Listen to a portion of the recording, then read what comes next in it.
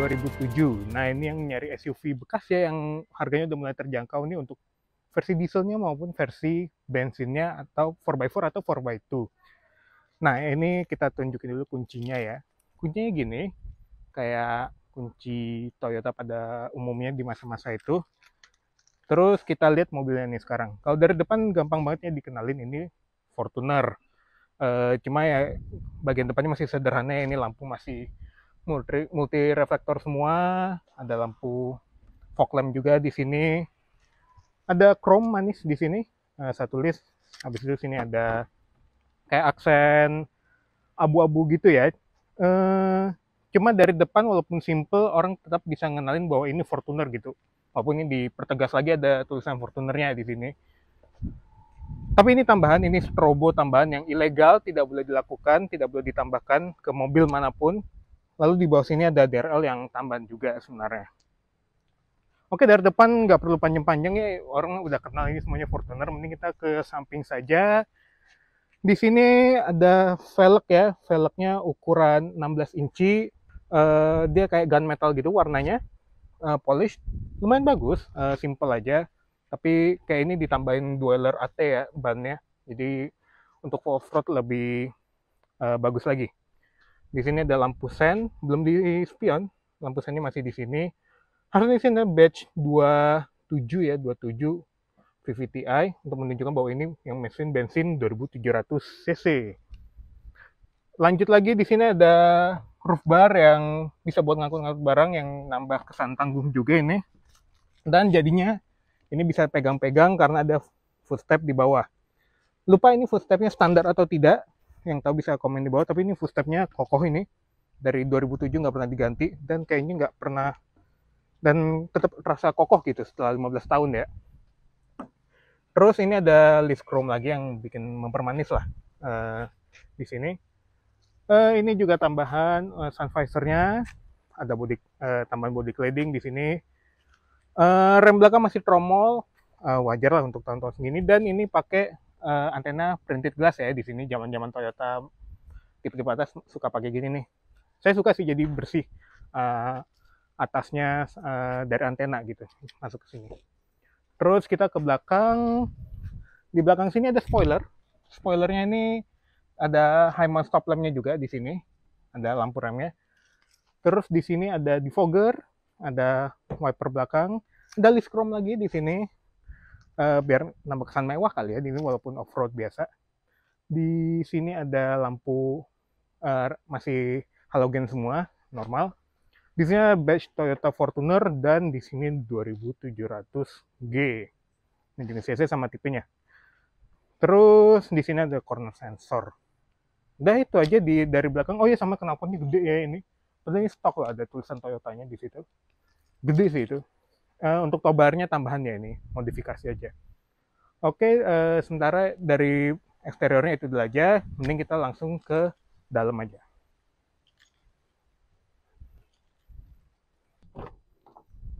Ya, sekarang kita coba lihat interiornya Fortuner ini. Pertama dari dashboardnya ya. Dashboardnya so-so lah, ini Toyota lama ini kan bahannya plastik aja biasa, walaupun durable.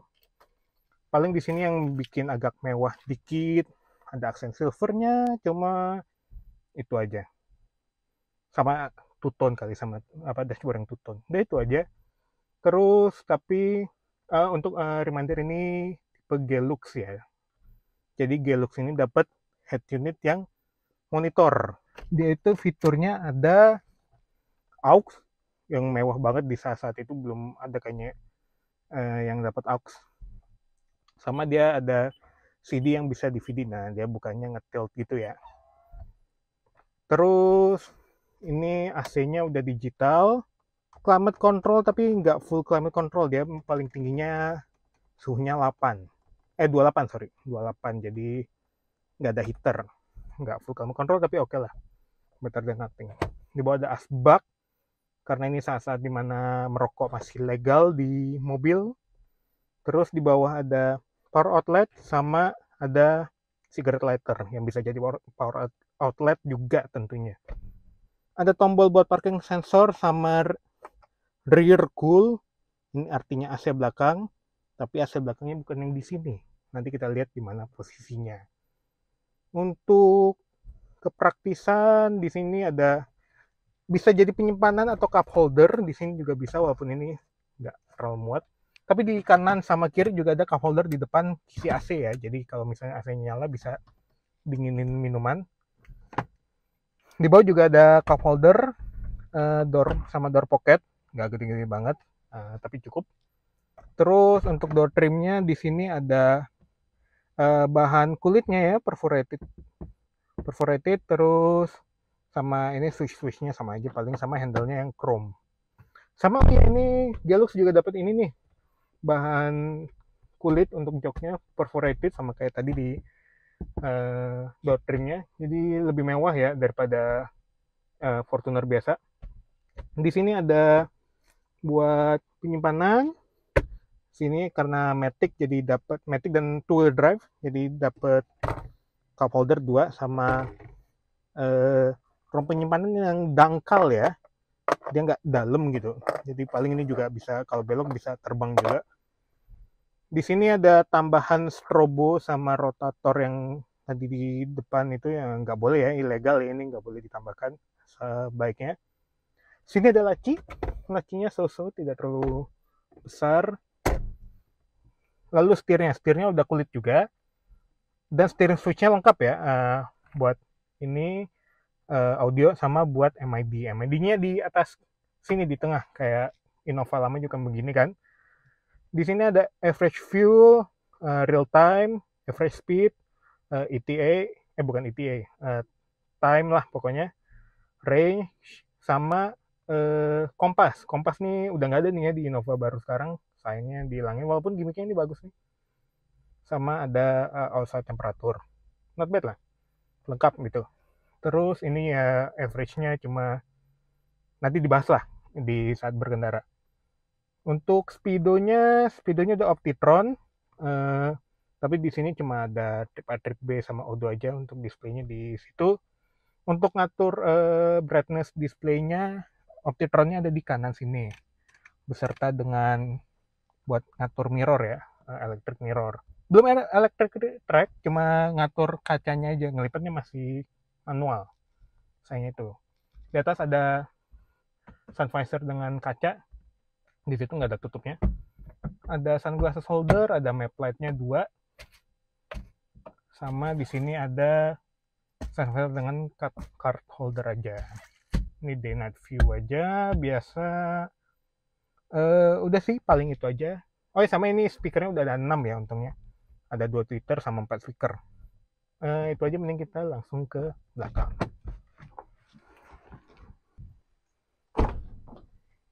Nah, sekarang duduk di posisi tengah ya, bukan belakang. Tengah. Ini dimundurin dulu ke posisi paling mundur. Dan ke posisi yang rebah yang enak. Tinggi saya 170-an lah, sekitar segitu. Dan headroomnya masih ada, legroom juga masih lega, dan joknya juga lumayan empuk. Tadi juga di depan kelihatan ya, luas ya. Ini depan ini posisi mengemudi saya, dan joknya ditinggikan, di paling tinggi. Kakinya masih bisa nyelip ke bawah, masih enak, cuma memang nggak selega Innova ya, ini agak lebih sempit, tapi not bad lah. Not bad ini. Di tengah juga ada armrest nih, lumayan buat kenyamanan. Di bawah situ harusnya ada cup holder, tapi copot karena ini mobil lama lah, what do you expect. Di kanan bawah ada cup holder muat buat botol sedang, sama ada door pocket juga. Sama bagusnya ini kacanya kebuka penuh ya, ini bisa dari ujung sampai ujung, nggak ada sisa, bagus itu. Ada hand grip, tapi yang kiri ada gantungannya, bagusnya itu. Ada, walaupun gantungannya kayak afterthought juga sih, itu nggak built in ya. Sama sini juga bahannya masih kulit yang perforated gitu, masih bagus. Oh ya, sama tadi di depan ini seat beltnya bisa dinaik turunin. Nah, door pocket juga kiri kanan, seat pocket kiri kanan. Udah sih kalau dari tengah itu aja. Mending kita coba cek kursi belakangnya ini, dimajuin dulu ke posisi yang acceptable buat yang tengah. Ini jadi hampir agak kena juga, tapi Ini demi kenyamanan di belakang juga. Kita coba lihat belakangnya. Saya turunin ini dulu biar bisa lihat ada apa di belakang. Bukanya masih tipe-tipe Toyota lama ya, two touch tumble, bukan one touch tumble. Nah ini juga kalau dimajuin agak susah lipetnya.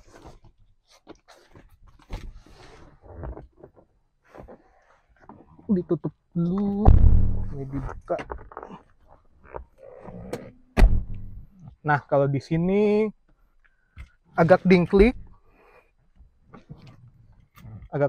ini juga headroom nggak dapat, paling agak gini ya duduknya ya, cuma ya nggak nyaman lah kalau buat jalan jauh untuk dewasa gitu. Paling di sini ada 3 cup holder, 2 di kanan, 1 di kiri, terus ini cuma muat buat 2 ya, ini cuma 7-seater doang, bukan 8-seater kayak Innova. Hand grip, terus nah di sini yang uniknya AC-nya di sini langsung baris 3, baris 2 jadi nggak dapat AC, malah baris 3 yang dapat AC. Ada 2 lagi kisi-kisinya, walaupun yang dingin paling kanan doang ya, yang kiri nggak dapat AC. Paling itu aja sih untuk interiornya. Mending kita langsung bawa jalan mobilnya.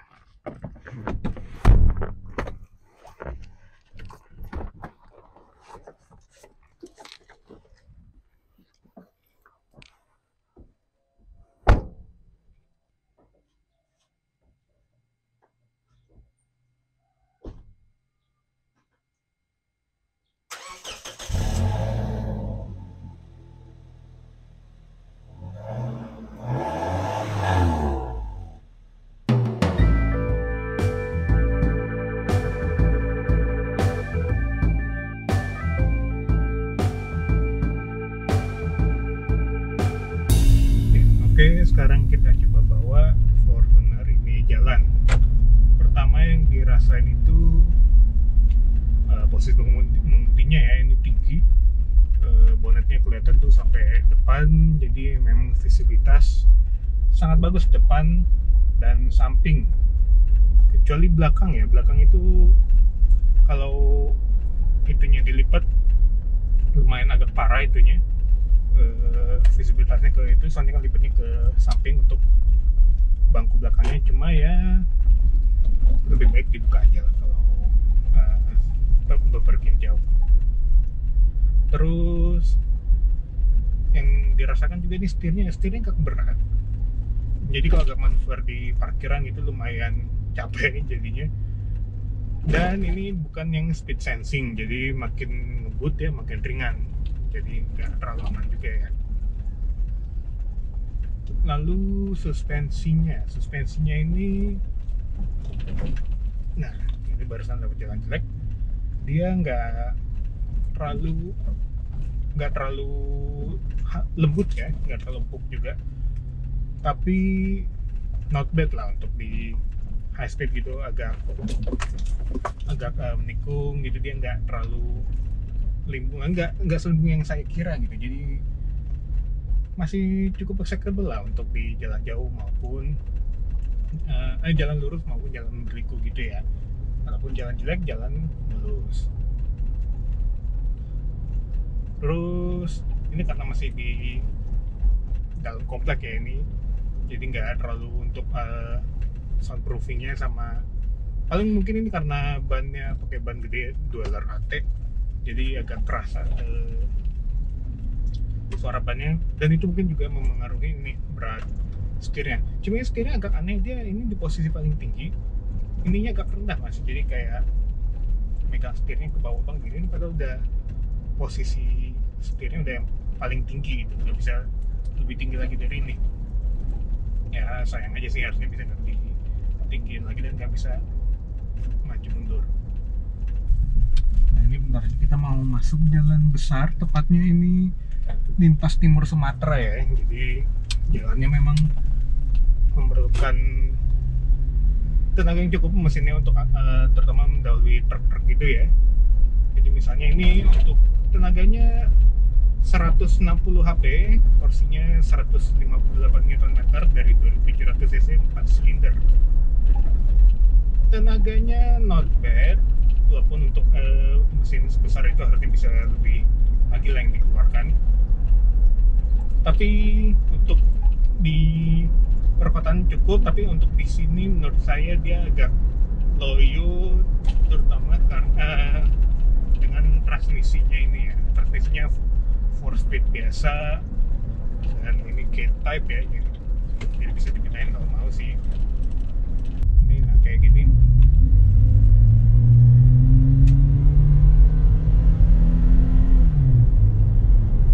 Nah dia ganti giginya agak lama ya, dia turun satu baru turun satu lagi, dia nggak bisa langsung turun dua tadi.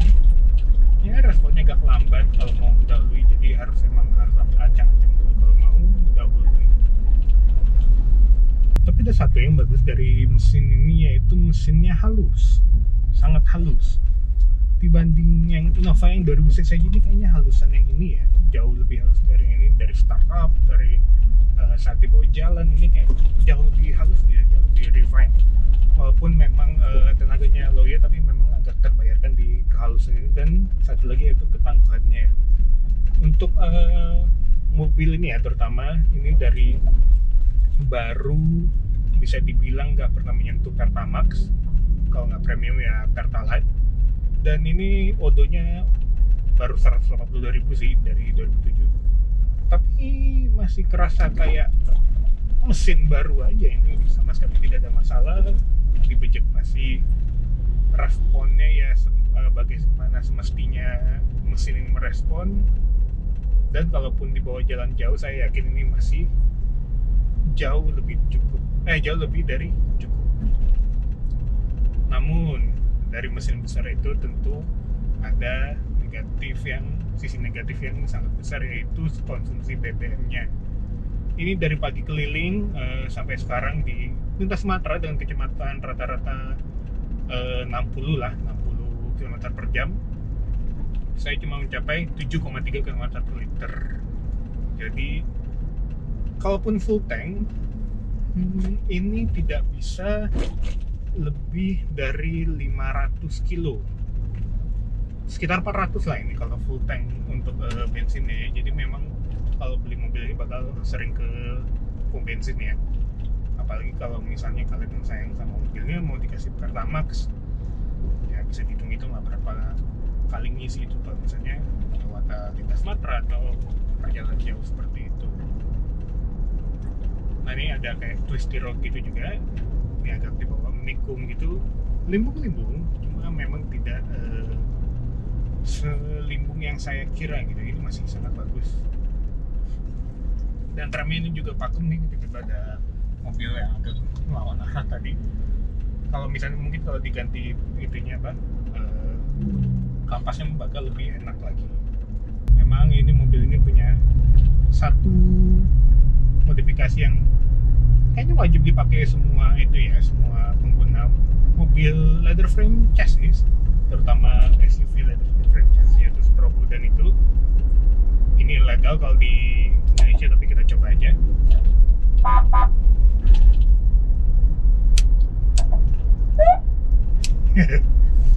Sekali-sekali nyoba arogan, tapi nggak boleh ditiru, ini harus dicabut, ini nggak boleh, ilegal. Nah sekarang kalau di sini suspensinya dia terlalu fidgety ya, dia agak terlalu ngikutin kontur ininya, ngikutin kontur jalannya. Jadi bisa dilihat ini mungkin kalau kedengaran ini banyak suara-suara gitu juga ya, karena ya semuanya bergetar di sini, kayak nggak terlalu refined jadinya. Terus saya tadi juga lupa bahas untuk bagasi ya. Bagasinya sebenarnya not bad untuk di posisi semua bangku terbuka, lebih besar, dia lebih dalam daripada Innova. Cuma memang dia fleksibilitasnya tidak begitu bagus karena tidak bisa rata-rata ya, dia akan buka ke samping gitu. Tapi itu cukup lah untuk sebagian besar orang yang beli mobil ini ya. Oke, sekarang kita akan coba radius putarnya ya. Kita coba di lahan ini aja. Perlu diingat itu bannya udah diganti ya, jadi bannya makin gede. Kita coba di sini aja, langsung mentok.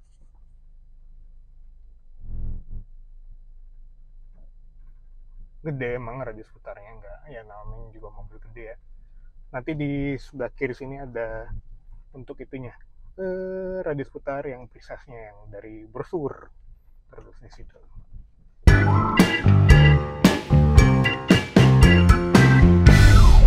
Bagaimana kesimpulan saya buat Toyota Fortuner ini? Dengan harganya sekitar 150 jutaan ya, sekitar segitu sekarang. Ini mobilnya enak untuk harga segitu dibanding LCGC ya, jauh lah ya. Terus juga reliable, sangat reliable ini, dengan perawatan yang tidak serius-serius amat juga. Ini mobil bisa jalan dengan flawless, dan untuk jarak jauh tentunya ini lebih dari cukup ya. Memang kelemahannya kayak ada di terutama konsumsi bahan bakarnya yang super duper boros, dan paling itu aja kelemahannya. Untuk 150 juta ya nggak bisa protes lah ya dengan apa yang didapat. Mungkin ya kalau misalnya kalian kayak kurang fitur USB atau fitur kenyamanan kayak AC sini ya sulit sih. Kalau USB masih bisa ditambah, tapi kalau AC sini kan sulit ya mau ditambah. Cuma kalau kalian nggak masalah dan emang butuh SUV besar yang bisa bawa keluarga, yang bisa bawa banyak barang, tangguh, terus sangat reliable, ya bisa lah pilih ini atau consider ini. Terus untuk side note aja, ini untuk mobil ini bisa dibilang hampir full spec ya di dunia, di luar Indonesia fiturnya kurang lebih sama seperti ini. Jadi memang ya apa yang didapat di sini udah bisa dibilang ya yang bisa didapatkan dari Fortuner generasi inilah yang pertama-tama keluar ini. Jadi 180 jutaan untuk ini ambil aja kalau mau emang nyari SUV besar seperti ini, tinggal nyari kondisi yang bagus ya paling gitu. Sekian dari video kami pada saat ini. Kalau misalnya ada pertanyaan mengenai mobil ini atau mobil apapun, bisa komentar di bawah. Nanti kami bantu untuk memforwardnya ke ownernya langsung, atau bisa kami bantu juga dari experience mencoba mobil ini. Jangan lupa ikuti kami di sosial media, ada di Instagram, ada juga di TikTok di @overdriven.id. Jangan lupa subscribe juga kalau misalnya suka video ini, hit like kalau suka, kalau nggak suka ya dislike aja, dan tulis alasannya kenapa nggak suka gitu ya, biar kami bisa memperbaiki lagi apa yang kurang dari kami. Sekian dari kami, sampai jumpa di video berikutnya. Dadah.